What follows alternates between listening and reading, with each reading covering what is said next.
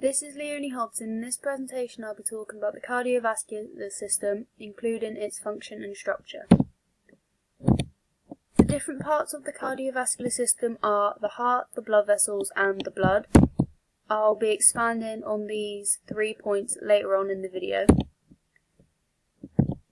To start with, the functions of the cardiovascular system, and there are 3 main functions, which are delivery of oxygen and nutrients, removal of waste products, and thermoregulation. The image here shows thermoregulation, which I'll speak about in a bit more detail in a minute.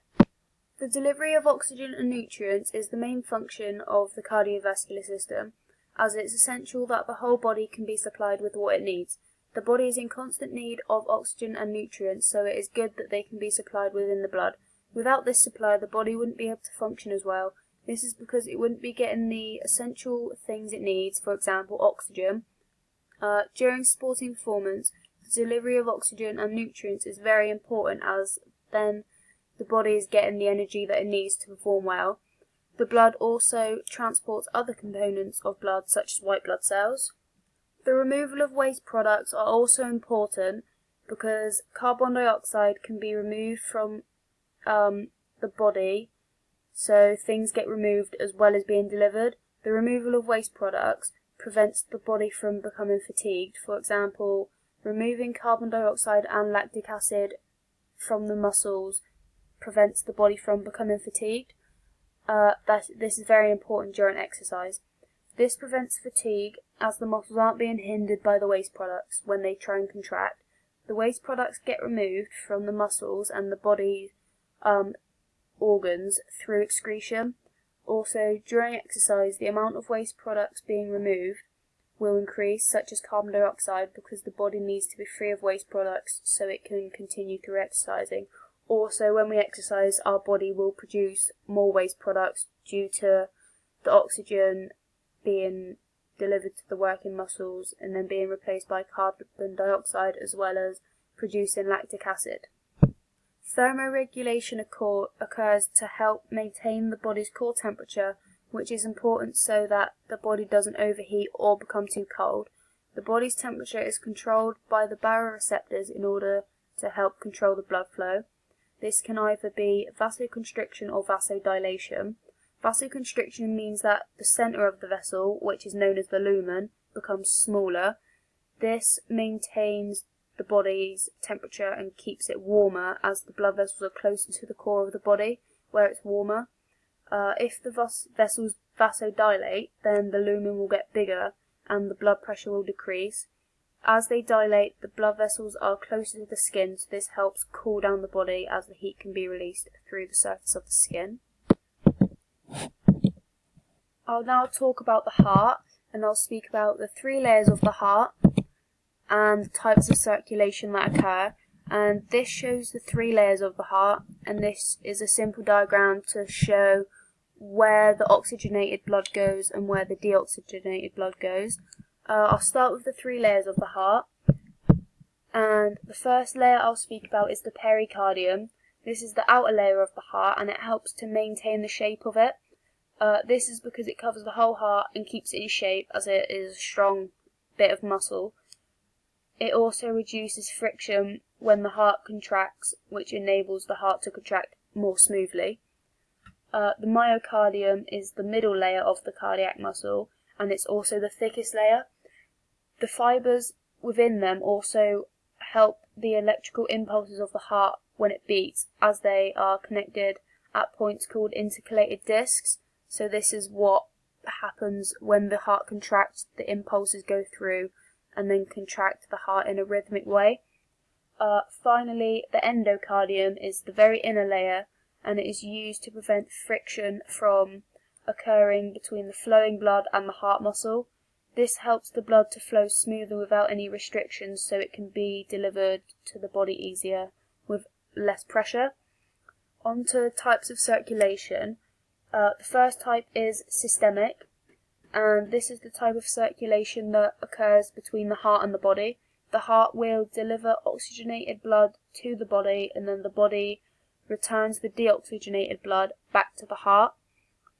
Then pulmonary circulation is what happens between the heart and the lungs, which means that the heart delivers the deoxygenated blood to the lungs so that it can pick up oxygen and become oxygenated again. Once oxygenated, the blood will be delivered to the heart, which then is ready for the circulation to begin again and go to the working muscles.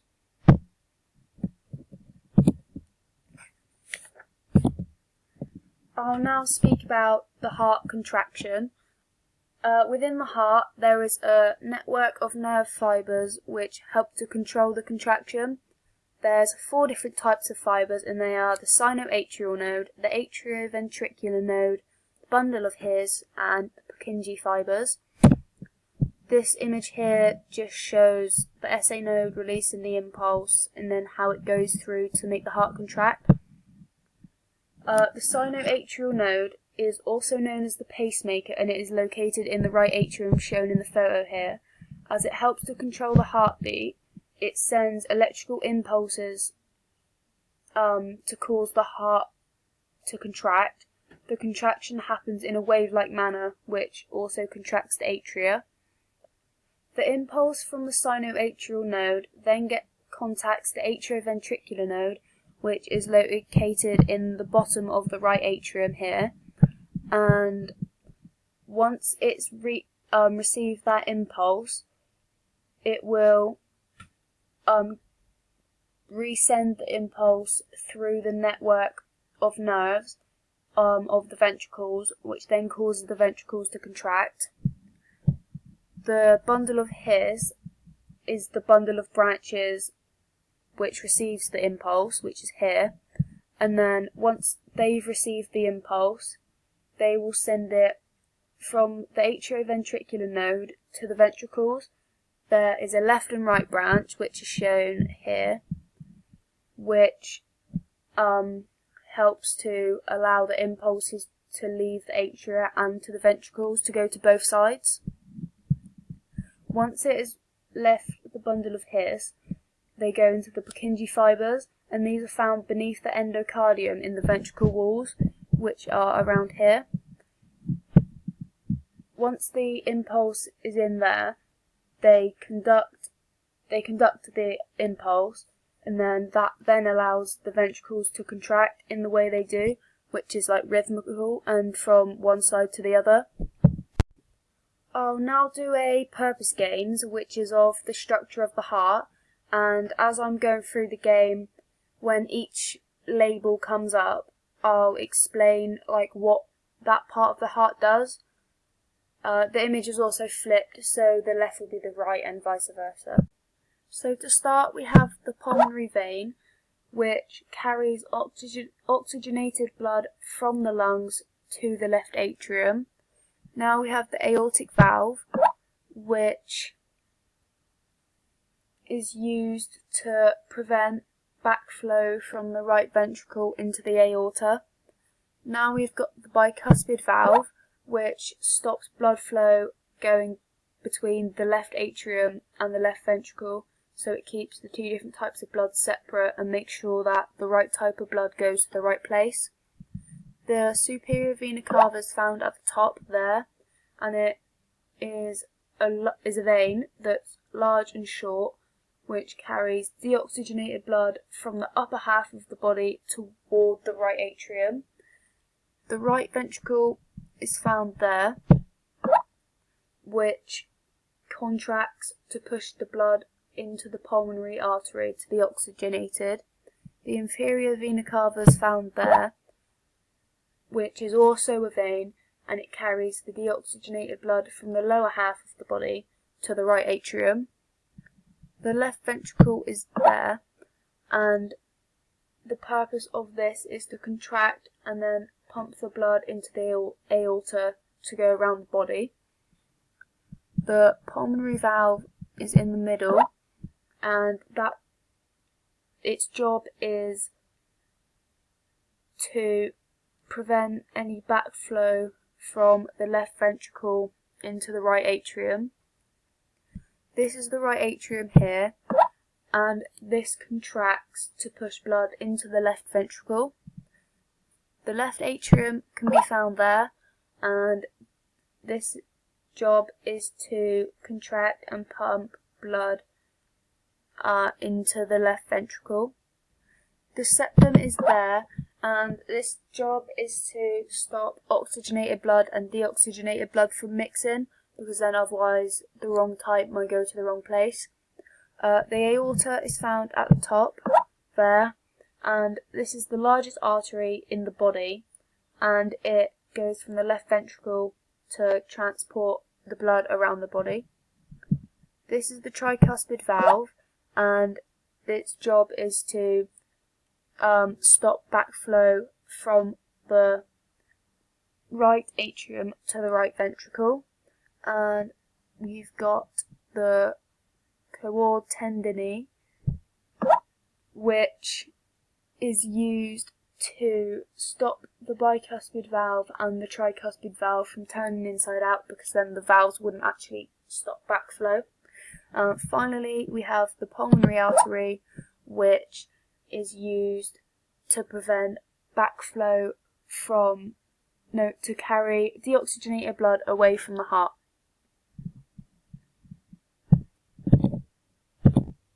I'll now speak about the cardiac cycle.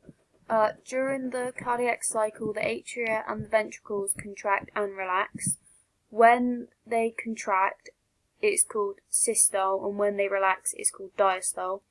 The contraction is when the blood goes out of the heart, and then the relaxation is when the heart refills up. I will now go over the journey of the blood through the heart. So, travelling from the lower body, the deoxygenated blood goes through the inferior vena cava, which is there, into the right atrium, and once in the right atrium, it will contract and send the blood through the tricuspid valve into the right ventricle. Once all the blood has travelled through, the valve here will now shut to prevent any backflow. Once in the right ventricle here, the blood will go through the pulmonary valve in the middle, and then once all the blood is through, the valve will shut to stop backflow. After this, it will travel through the pulmonary artery to the lungs in order to become oxygenated again. After it's gone through the lungs and picked up the oxygen, it will travel through the pulmonary vein into the left atrium, where the left atrium will then contract and travel through the bicuspid valve into the left ventricle. Again, the valve will shut once all the blood has gone through, just to stop the oxygenated blood going back toward the lungs. And then the left ventricle will then contract to send the blood through the aortic valve and out through the aorta, where it will then be delivered to the working muscles. As you can see on this diagram here, the left side of the heart has a thicker muscle, which is because the left ventricle contracts to send the blood around the body, so it needs to be stronger in order for the blood to reach everywhere that it needs to reach. And also, the pink bit here is the septum, which separates the right side from the left side in order to stop the oxygenated and deoxygenated blood from mixing.